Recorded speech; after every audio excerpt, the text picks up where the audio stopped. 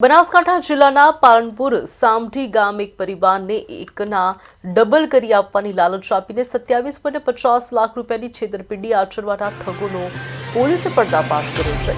આરોપીઓએ આ પરિવાર પાસેથી રોકડ અને સોના ચાંદીના દાગીના ખંખેરી લીધા હતા। આર્થિક નુકસાનથી હતાશ થયેલા પરિવારના 2 સભ્યોએ આત્મહત્યાનો પ્રયાસ પણ કર્યો હતો, જેમને પોલીસે સમય સૂચકતા વાપરી બચાવી લીધા હતા। पीड़ित परिवार की रजूआत बाद ડીસા रूरल पुलिस तपास हाथ धरी थी। पुलिस आरोपीओ सुधी पहुंचवा माटे फोन पे ट्रांजेक्शन आधारे राजस्थान सुधी तपासना चक्रों की मांग कर्या है।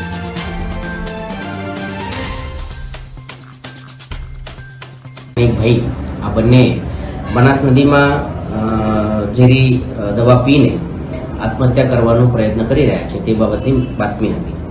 तात्कालिक 112 ત્યાં પહોંચી તે પછી 108 ને પણ બોલાવવામાં આવ્યો અને બંને જે ભાઈ બહેન હતા તેઓને લઈને હોસ્પિટલમાં પણ લઈ જવામાં આવ્યો હતો।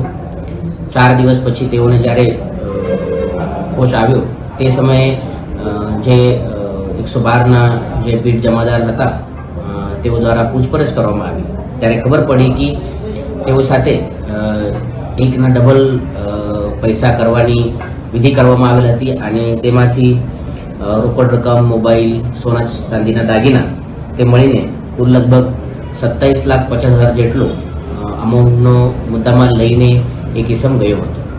आ एमोमां जे पैसा एक मटकीमां नाखीने ते पछी विधि करवामां आवशे अने पछी आ डबल थशे आ प्रमाणे विश्वास तेओने आपवामां आव्यो हतो।